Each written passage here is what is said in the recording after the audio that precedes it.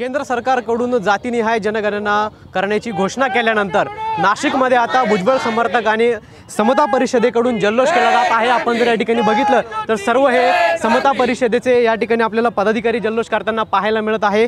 नाशिकच्या मुंबई नाका परिसरात असलेल्या महात्मा ज्योतिबा फुले यांच्या स्मारकाच्या परिसरामध्ये घोषणाबाजी करत जल्लोष करत आहेत।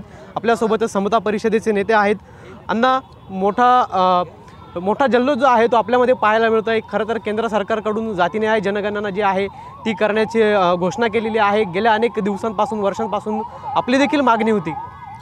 1992 पासून अखिल भारतीय महात्मा फुले समता परिषदेच्या वतीने जातनिहाय जनगणनेची मागणी सातत्याने लावून धरलेली आहे। मग दिल्लीचं रामलीला मैदान असेल, पाटण्याचं गांधी मैदान असेल, या ठिकाणी लाखोच्या जनसंख्येने ओबीसीच्या संख्येने त्या ठिकाणी आपण मेळावे त्या ठिकाणी संपन्न केले। आणि आदरणीय समीर भाऊ भुजबळ खासदार झाल्यानंतर 2010मध्ये 100 खासदारांना एकत्रित करून आपण त्या ठिकाणी ओबीसीच्या जनगणनेसंदर्भात मागणी केली होती। संपूर्ण दिवसभर सभागृह बंद पाडलं आणि ही मागणी इतक्या प्रदीर्घ काळानंतर आज केंद्र शासनाने मंजूर केलेली आहे। त्याबद्दल आम्ही समता परिषदेच्या वतीने आदरणीय पंतप्रधान नरेंद्रजी मोदीजी, महाराष्ट्राचे मुख्यमंत्री आदरणीय देवेंद्र फडणवीसजी आणि समता परिषदेचे संस्थापक अध्यक्ष छगनराव भुजबळ आणि समीरभाऊ भुजबळ यांचे आम्ही या ठिकाणी सर्वजण आभार मानत आहोत की एवढ्या प्रदीर्घ कालावधीनंतर आम्हाला हा सुवर्ण क्षण या ठिकाणी बघायला मिळाला।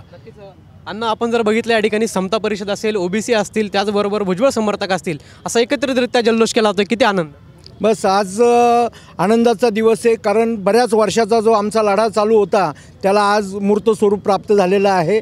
आणि या लढ्यामध्ये आदरणीय भुजबळ साहेब, आदरणीय समीर भाऊ यांनी मोठ्या प्रमाणामध्ये सहभाग घेऊन आम्हाला सर्वांना, आम्ही या सर्व लढ्यामध्ये सर्वजण सामील होतो आणि त्यामुळे आज आम्हाला त्याचा आनंद वाटतोय। नक्कीच आपण जर या ठिकाणी बघितलं तर मोठा जल्लोष जो आहे तो आपल्याला या ठिकाणी साजरा केला जात असल्याचं बघायला मिळतं आहे।